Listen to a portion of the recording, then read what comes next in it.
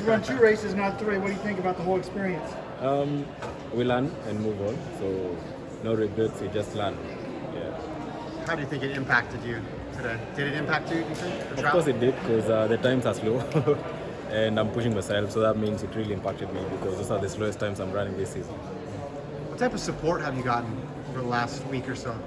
From From fans and people reaching out? It feels like everybody's sort of rallied behind your yeah, cause. there's been massive support around the world, and it shows that people really were sorry about the situation. But again, you can't reverse time. I mean, everything happens, and everything happens for a reason. What are your goals the rest of the season now? We're going for the Commonwealth Games, so we hope I'll do better there. Do you feel like, well, what do you feel like where you stack up with the rest of the guys in the world? And you beat Fred earlier this year. Do you feel like you belong in the top of the list?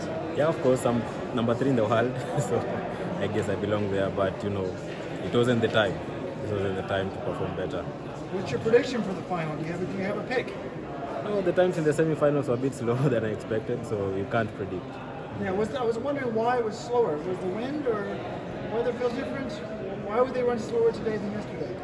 I guess maybe the weather, but you see, you can't explain. I mean, I can't know what happened. When are you going back to Kenya? I'm not going back. We're going straight to Birmingham. Go straight to Birmingham. Yeah. And then how long are you going to be there for? Up to, I think, the 9th, because the games, I'm running my first 100 win on 2nd, and then we have the 4x1 relay. Yeah, on 6th.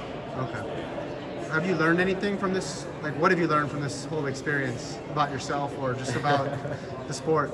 Yeah, as an athlete, you have to be prepared for anything, and every time you just have to show up. And it's a lesson to everybody around the world that no matter what happens, never lose hope. Just show up. Always show up. Yeah.